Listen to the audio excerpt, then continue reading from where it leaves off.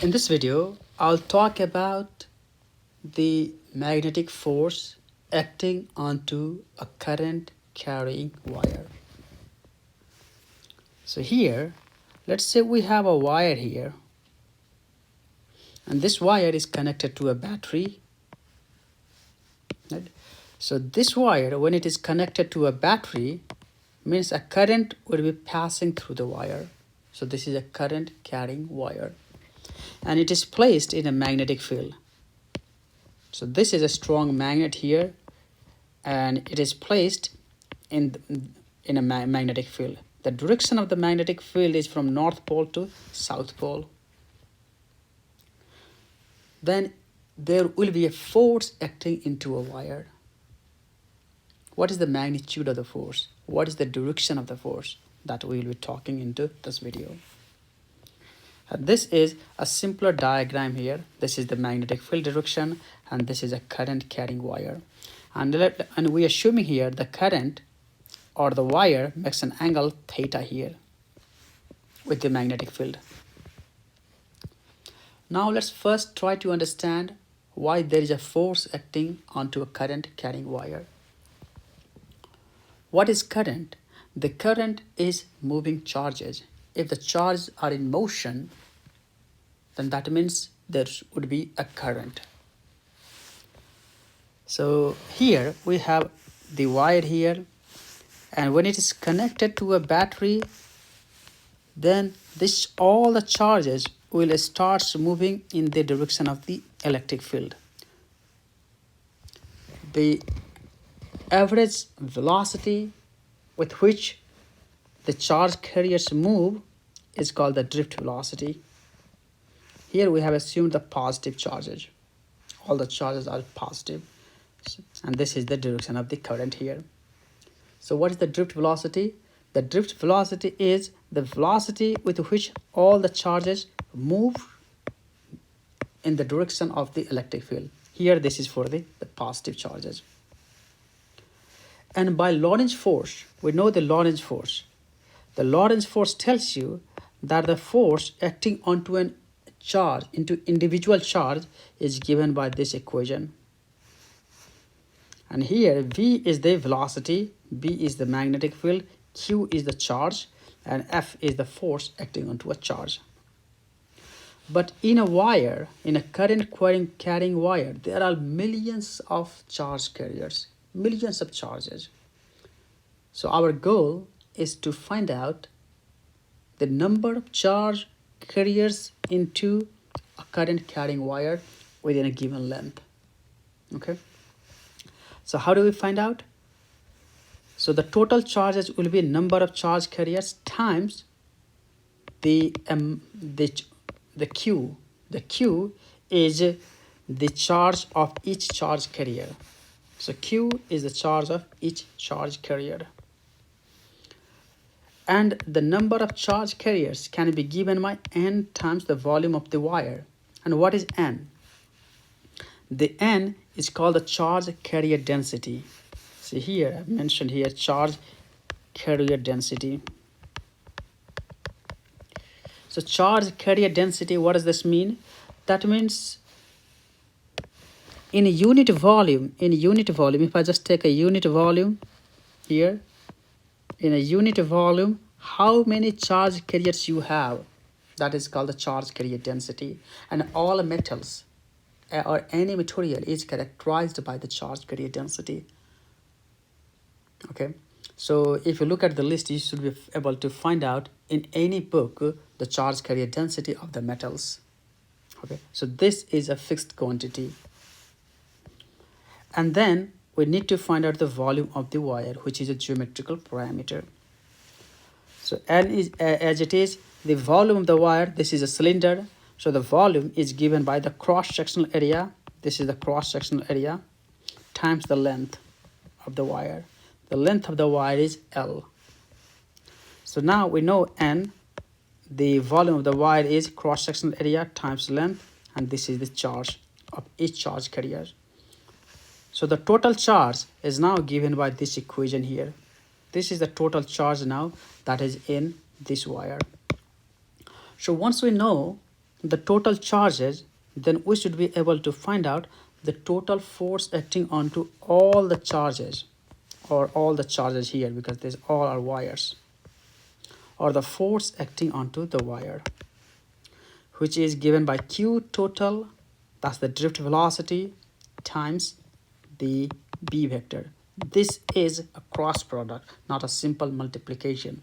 That's a vector product. So Q F wire, the Q total is this value here, N A L Q. So just written down here, the drift velocity times the magnetic field. Now you have to go a little back.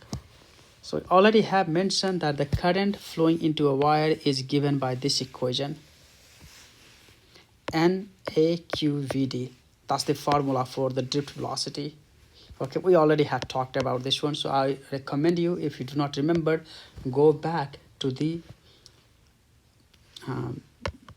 electric circuits chapter. I already have discussed about this one, in fact derived there. So the force onto a wire now can be given by this equation here. So this equation and this equation is exactly the same. So here NAQVD, this all is I. So we have I, then we have L, and then B here. But instead of making I as a vector, I have chosen L as a vector quantity. The L, the length here, is not a scalar quantity, it is a vector quantity. So any vector has a direction. So what is the direction of L? What is the direction of this length? The direction of the length is in the direction in which the current is flowing.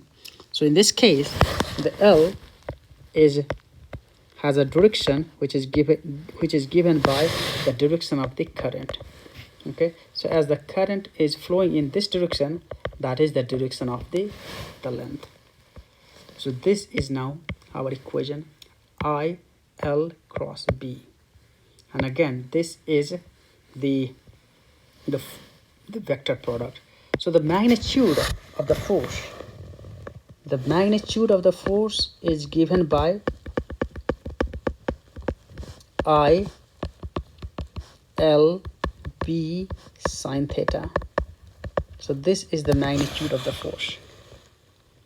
And what's the theta here is, I already mentioned here, theta is the angle between the current and the magnetic field. So this is the magnitude of the force. And now we need to find out the direction. And as we know, for the direction, the force would be perpendicular to L vector and perpendicular to the B vector. Or in other words, the force would be perpendicular to the I vector and it would be perpendicular to the B vector, or the magnetic field vector. The direction of the force depends only in the direction of the current. It does not depend upon the charge carriers.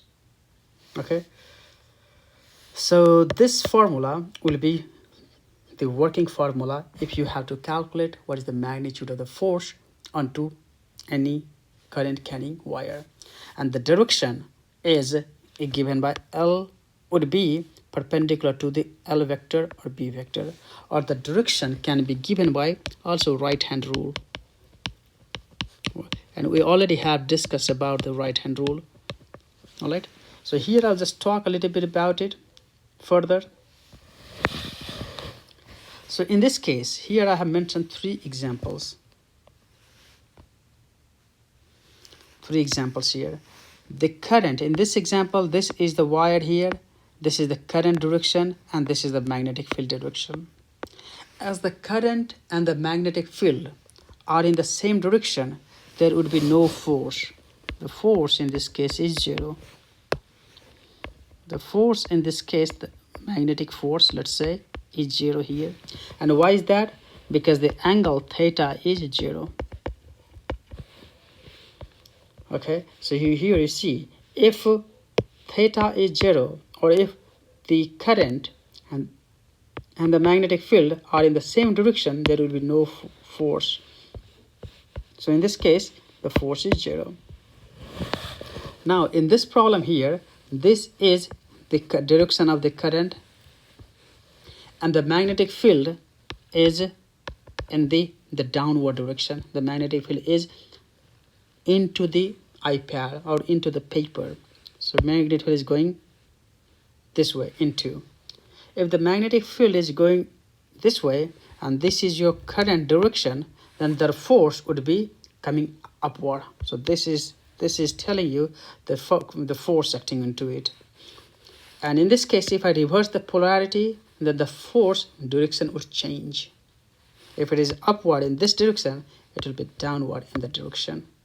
Okay, and the force can be also calculated by using the right hand rule here.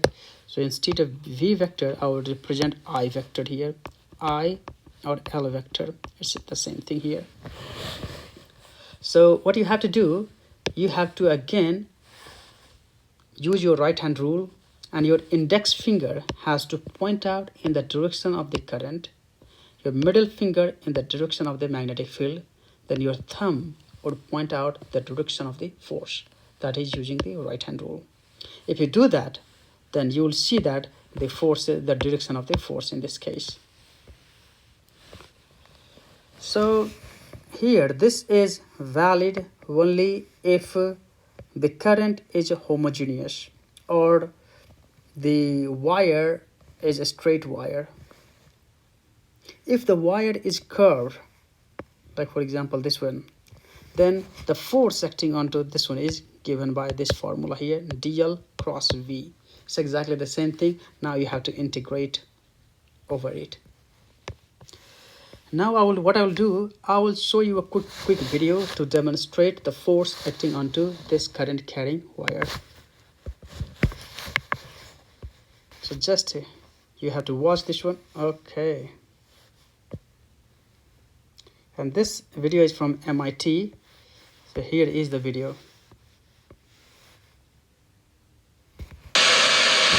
You will see that's the key of what the battery has to switch, then you can change the direction of the current, and that's the current with wire, and this the current is flowing, and that's the magnet. And you will see the force acting on the different chain. Now see the force is upward in this case.